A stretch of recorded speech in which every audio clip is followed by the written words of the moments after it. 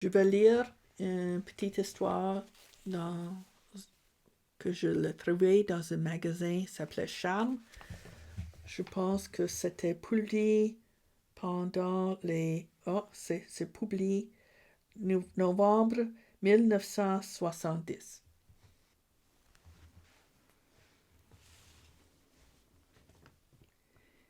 Il faudra qu'ils comprennent. Une nouvelle de Jenny Flores. Je m'excuse. Daniel lui téléphona au bureau un peu après 11 heures. Elle ne faisait pas souvent et Anne en fut un matin là. Elles étaient sorties en même temps de la maison. Anne, pour se rendre au bureau, et Daniel à l'université, et elles étaient convenues qu'elles allaient se retrouver à 1 heure pour déjeuner. Maman, je voulais te dire de ne pas m'attendre aujourd'hui. J'aurai un cours important dans l'après-midi aussi, et je reste chez Denise. Nous mangerons quelque chose en vitesse. Le battueur horrible, sandwich, la gronda sa mère. Tu sais que cela ne me plaît pas. De toute façon, ne rentre pas trop tard. Ce soir, Jules vient dîner. Bien sûr, je ne l'ai pas oublié. Au revoir.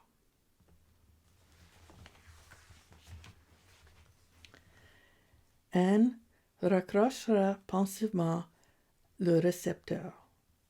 Elle se demanda si les paroles hâtives de Daniel l'avaient vraiment convaincue.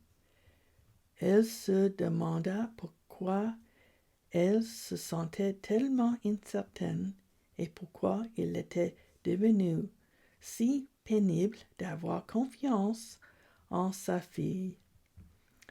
Il ne s'était écoulé qu'une semaine depuis cet étrange coup de téléphone. Un épisode apparemment insignifiant, insignifiant, mais quelque chose avait jeté l'arme dans l'âme d'Anne, comme un pressentiment caché. Et puis, quelques jours plus tôt, en rentrant à la maison, elle avait surpris un coup de téléphone de sa fille. À qui? C'était elle demandée, car à son apparition, Daniel avait brusquement raccroché. Avec qui parlais-tu? Lui avait-elle demandé. Avec Morissette. C'était une de ses compagnes d'université. Il me semble que tu l'as quittée brusquement, avait observé Anne, tout en se débarrassant des paquets de provisions. Nous nous étions déjà dit au revoir, avait répondu Daniel. Mais pourquoi semblait-elle tellement gênée? Pourquoi avait-elle cet air malheureux? Que lui arrivait-il? Pourquoi ne se confiant-elle pas? Il est arrivé quelque chose? Avait encore demandé Anne, avec une feinte indifférence, tout en commençant à préparer le repas. Non, non, pas du tout. S'était hâté de répondre Daniel, avec un sourire fouillant. Peut-être se faisait-elle trop d'idées, pensa Anne, tout en rangeant une pile de dossiers aux archives. Peut-être. Elle étonna elle-même de prendre cette décision soudaine. 10 minutes plus tard, elle sortait au bureau, montait dans sa petite voiture. Il était midi moins 10 quand elle arriva aux abords de l'université. Elle gara au fond de la place, puis elle revint à pied et s'arrêta au coin des jardins. Du porche de l'université sortaient peu à peu des groupes isolés de garçons et de filles. Elle espérait que Daniel n'était pas déjà sorti. Pendant un moment, un secret, voire agonisé, lui cria au fond d'elle-même de s'en aller parce que c'était absurde. La façon dont elle était en train de se comporter, mais Anne chercha à l'ignorer. Désormais, elle était là et elle voulait voir et savoir s'il y a quelque chose à voir et à savoir. Elle sentait une douleur lui serrer la nuque. Cela lui arriva toujours quand elle était tendue, agitée à cause de quelque chose. Quand tout cela avait-il commencé? Se demanda-t-elle. Seulement une semaine plus tôt, à la suite de coups de téléphone stupides et sans conclusion, ou bien beaucoup plus tôt, il y a des mois, peut-être des années. Il y a des mois, peut-être des années. Un crin caché, une attente inquiète. L'ombre de Nick dans la vie de Daniel. Elle se rappela la première fois que Nick était venu à la maison, un dimanche après-midi avec d'autres jeunes gens et jeunes filles. Elle l'avait trouvé sympathique, bien élevé, parlant peu, avec l'air réservé et comme il faut d'un garçon grandi trop vite. Elle avait su ensuite par Daniel qu'il avait perdu sa mère tout petit, que son père, enseignant dans un cours complémentaire en Provence, et que lui, Nick, vivait déjà depuis 2 ans pour son propre compte. Il avait interrompu ses études en travaillant, disait-il, pour un bureau de publicité.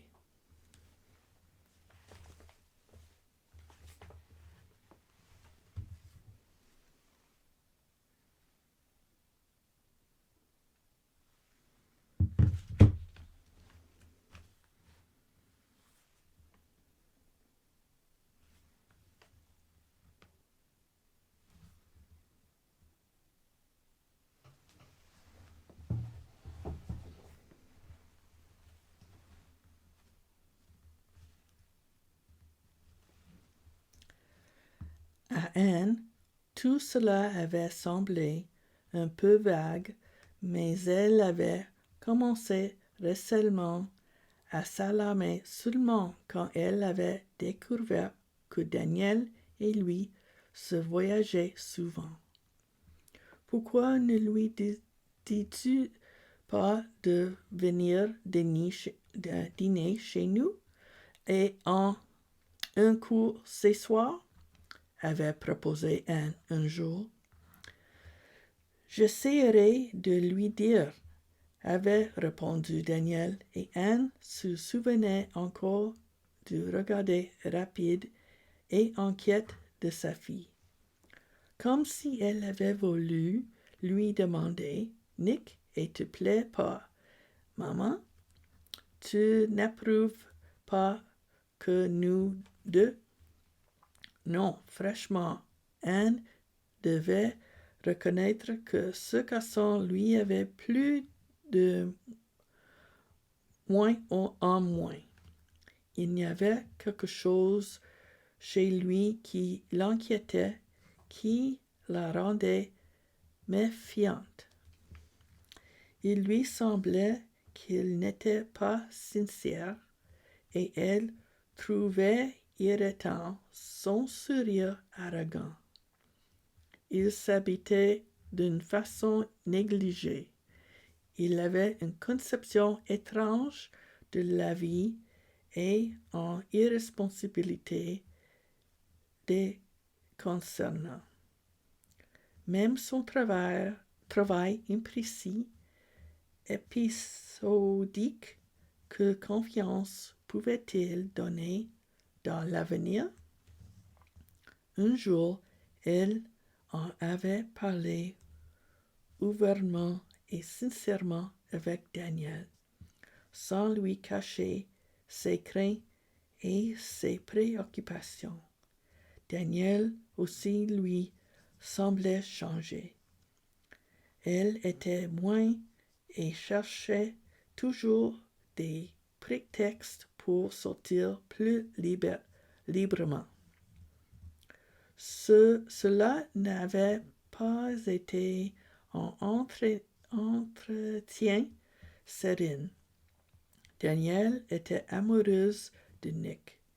Elle aimait chez lui même tout ce qui apparaissait avec une évidence aveuglante sous le jour le plus négatif. Et lui aimait-il vraiment Daniel? S'était demandé Anne pendant des jours et des jours. Et puis, il s'était produit à l'improviste une chose inattendue qui semblait avoir résolu d'un coup tous les problèmes. Nick était parti pour Montevideo, attiré par la mirage d'un travail qu'un parent de sa mère qui vivait en Uruguay depuis des années lui avait proposé. Il avait écrit quelques lettres au début et puis pendant des mois, le silence avait suivi. Anne avait espéré qu'il se produise justement cela. Même si elle voulait Daniel souffrir, renfermée et orgueilleuse, elle savait que cette souffrance pouvait être son salut. Et peu à peu, doucement, avec une patiente constance, avec une tendresse persuasive, elle avait réussi à la sentir de nouveau proche, dans sa recherche d'un réconfort, d'un espoir. Elle avait aidé à s'introduire dans un nouveau cercle d'amis, et à la fin, Daniel avait connu Gilles. Gilles était la certitude Anne, sans être rendu compte aussitôt. L'homme qui pouvait effacer tous les ombres. Elle avait fait sa demande en mariage à Daniel 2 mois après leur première rencontre. Daniel n'avait pas dit oui tout de suite, et Anne n'avait rien fait ni dit qui puisse l'influencer ou avoir l'air de vouloir la pousser à prendre une décision et à se hâter. Mais Maintenant, elle se rappelait encore l'impression de joie et de soulagement qu'elle avait éprouvé lorsque, quelques mois plus tôt, Daniel était rentré à la maison et lui s'annonça: « Gilles et moi, nous nous sommes financiers, maman. » Tout semblait donc résolu et heureusement terminé. Pourquoi se créait-elle certaines idées absurdes? Nick n'était plus une ombre inquiétante. C'était un épisode définitivement effacé, une chose terminée. Anne regarda sa montre. Il s'était écoulé 20 minutes. Elle sentait ses épaules raidies 2 fois. Dans le vent, il y avait une lointaine odeur de neige. Soudain, elle re-entendit en elle l'écho de cette voix masculine, au téléphone, une semaine avant. « Daniel ?» Et ce ton précautionneux suspendu. Et dès qu'elle avait répondu: « Non, je ne suis sa mère. Qui la demande? » Il lui était parvenu le léger déclic de récepteur qu'on raccroche à l'autre bout.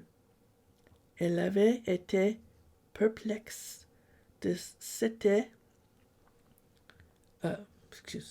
Elle avait été perplexe. Ce n'était pas possible. S'était-elle dit que sa fille ait des amitiés secrètes? Ou peut-être était-ce tout simplement quelqu'un qui s'était trompé de numéro? Mais son inquiétude était restée. Cette voix inconnue lui avait-elle vraiment étrangère, ou bien ne s'en souvint-elle pas? Autrefois aussi, quand Nick téléphonait, il disait tout de suite comme cela: « Daniel », comme s'il attendait à la retrouver toujours près, à côté de l'appareil, n'attendait que lui, que sa voix. « Ce n'est pas possible », s'était dit Anne en force, et puis le doute était venu de nouveau la tourmenter. Elle s'il était revenu et que Daniel le revoyait? « Je ne lui permettrai pas », s'était-elle dit. Maintenant que Daniel est de nouveau sereine, heureusement, maintenant qu'elle est sur le point d'épouser Gilles. La pensée de Gilles lui avait redonné force et assurance. Ça avait été comme sentir à côté d'elle la présence réconfortante d'un allié, qu'il ne serait pas facile de mettre en déroute. Il s'était écoulé un autre quart d'heure, les yeux attentifs. Dan souvient toujours les groupes de jeunes gens qui continuaient à sortir un à un de la grande porte de l'université. Et si Daniel, ce matin, lui avait menti en disant qu'elle venait au cours, mais tout à coup, elle tressaillit en la voyant. Elle reconnut son manteau de tweed gris et rouge, et elle était vraiment en compagnie de Denise. Elle venait justement en direction d'Anne. Celui se déplaça, s'adossant à un tronc d'arbre. Se laisser découvrir par sa fille était la dernière chose qu'elle désirait. Elle se sentit ridicule et insupportable avec tous ses craintes de ce doute. Et les agnos absurdes par lesquels elle s'était laissée tourmenter. Et puis, soudain, elle vit Denise dire au revoir et s'éloigner très vite.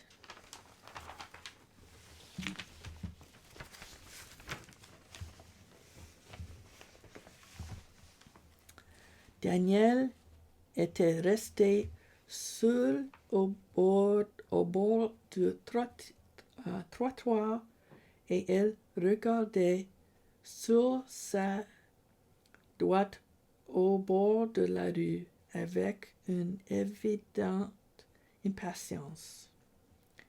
Il se découla en 5 ou 6 minutes, et puis Anne la vit faire un signe de salut, courir à la rencontre de quelqu'un, et alors elle le vit.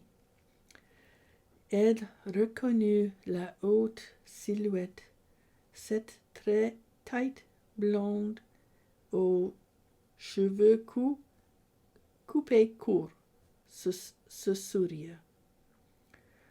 Le vent agitait autour de lui le pan de son imperméable ouvert.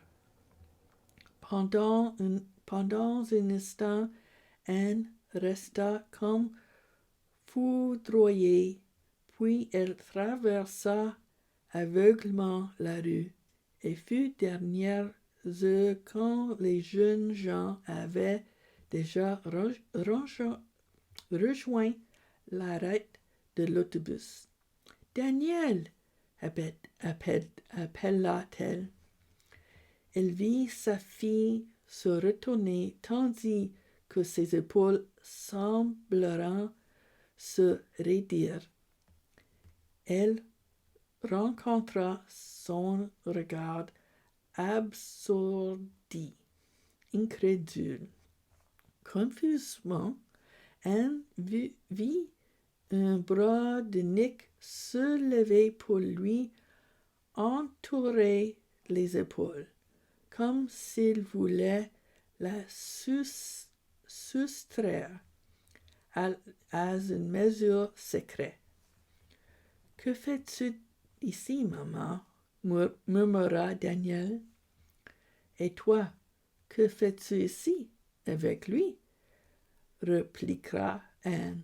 « J'avais redouté quelque chose, mais j'espérais me tromper.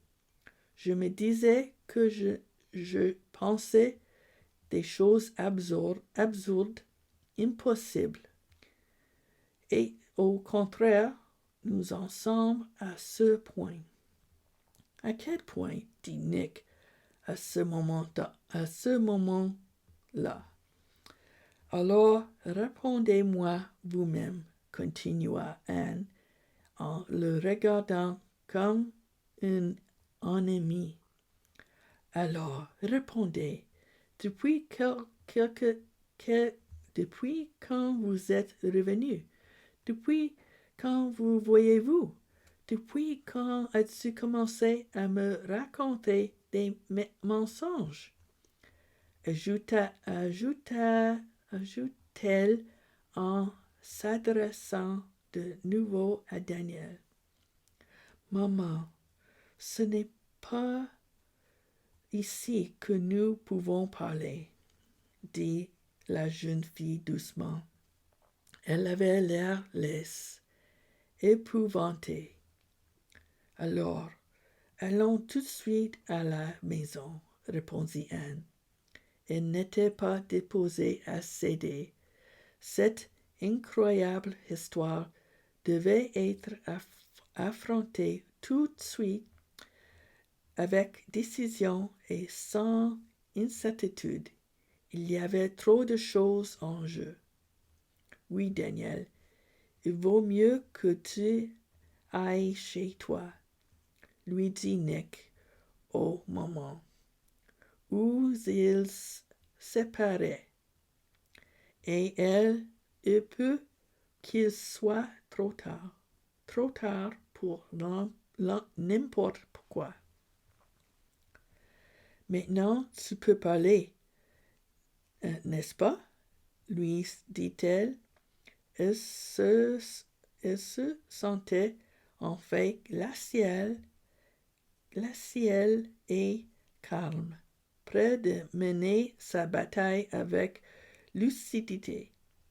Le visage de Daniel semblait être devenu trop à coup sûr et tiré, comme après une longue maladie.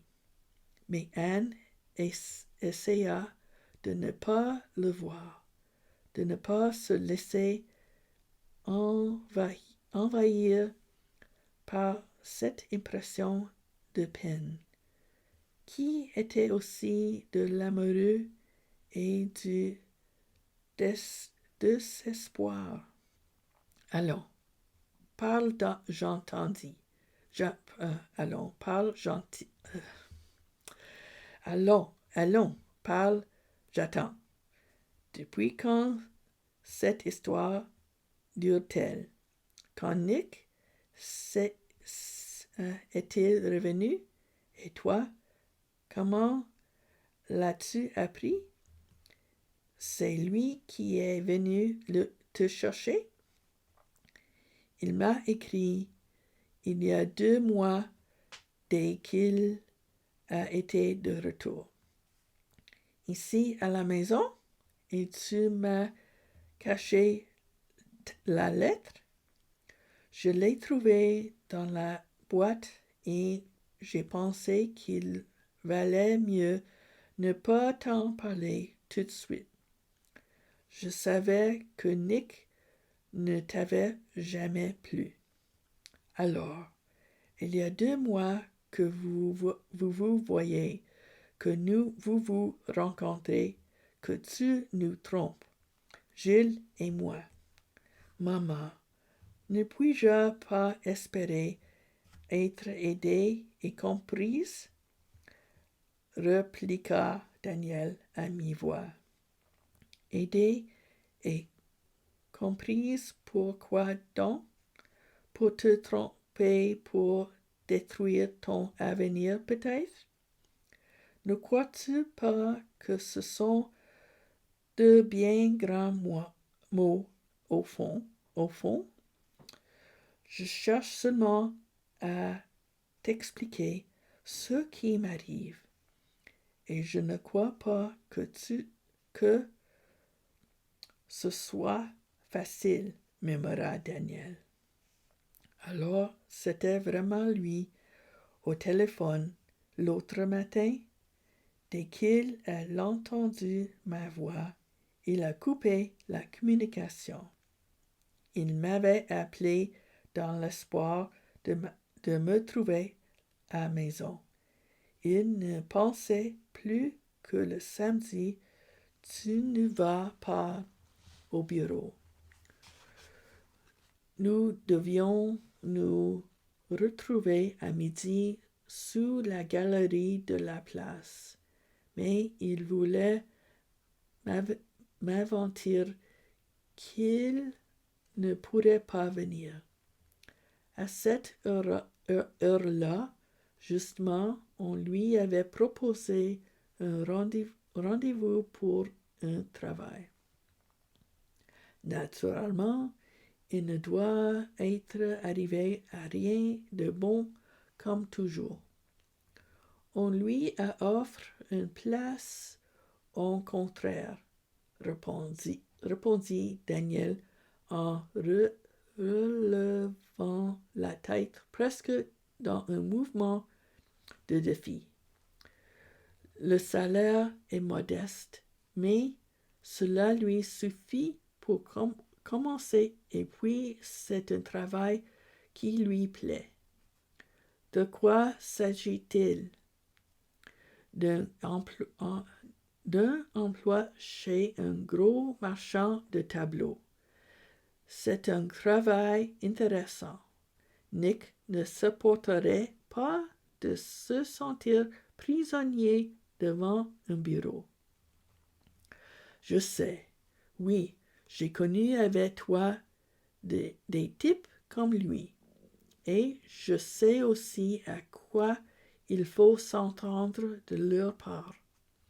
Ce sont des gens qui, poursuivant des chimères toute leur vie, sans jamais réussir à construire quelque chose de solide. Il y eut une pause de silence presque dramatique. Et puis, Daniel dit lentement, tu veux parler de papa, n'est-ce pas? 2 plaques de rouget tacheront les joues d'Anne. Je n'ai pas dit ça, se défendit-elle. Je ne sais, maman, murmura Daniel en détournant les yeux. Je sais que tu as toujours travaillé pour deux, que papa et moi, nous te devons tout. Lui n'était qu'un rêveur et on ne peut pas vivre de rêves, de chimères comme tu as dit.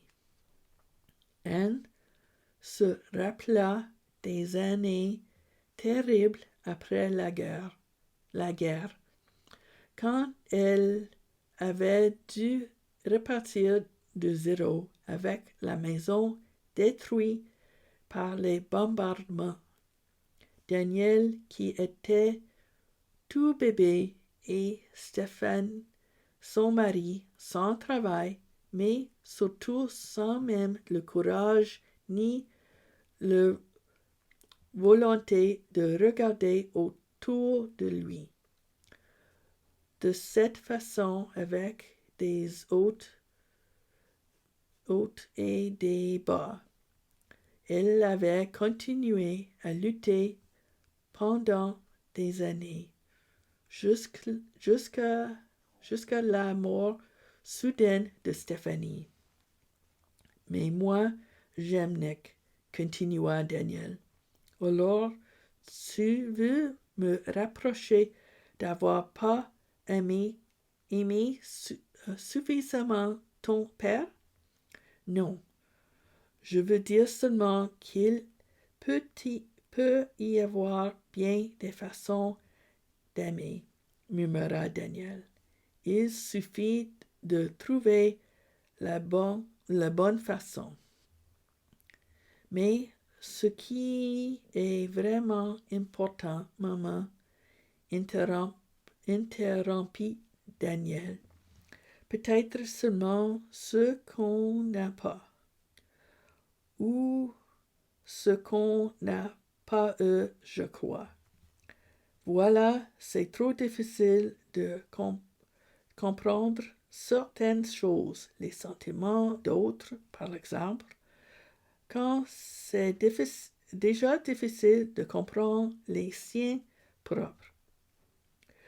Je sais ce que tu penses de Nick et de moi, mais pour nous, ce sera différent, maman. J'en suis sûre. Comment peux-tu en être sûre? Quoi As-tu déjà décidé? Demanda Anne d'une voix tremblante. J'ai décidé de quitter Gilles. Je lui parlerai ce soir même. Je lui téléphonerai, plus lui dire qu'il ne vienne pas ici. Pour nous rencontrerons dehors. Tu ne peux pas faire ça. Tu dois réfléchir davantage, murmura Anne, éperdue. Jules comprendra, maman. Il comprendra quand je lui dirai que je suis amoureuse de Nick depuis toujours. Et après, que ferais-tu? Pourquoi ne veux-tu pas m'écouter? Les larmes tremblaient dans la voix d'Anne. Je continuerai mes études, maman, mais je chercherai aussi un emploi, un travail. Nick et moi, nous devons unir nos forces. Nous ne voudrons pas attendre trop longtemps pour nous marier. Bien des façons d'aimer, ou une seule, se demanda Anne, égarée. Elle se revoyait elle-même dans sa fille, exactement comme elle était à 20 ans, remplie de confiance, d'amour et d'espoir. Elle pria pour qu'elle ne change jamais. Daniel était sorti silencieusement. Anne le tendit par là. Elle téléphonait à Gilles. Elle ne pouvait rien faire pour le rentrer. Elle le savait.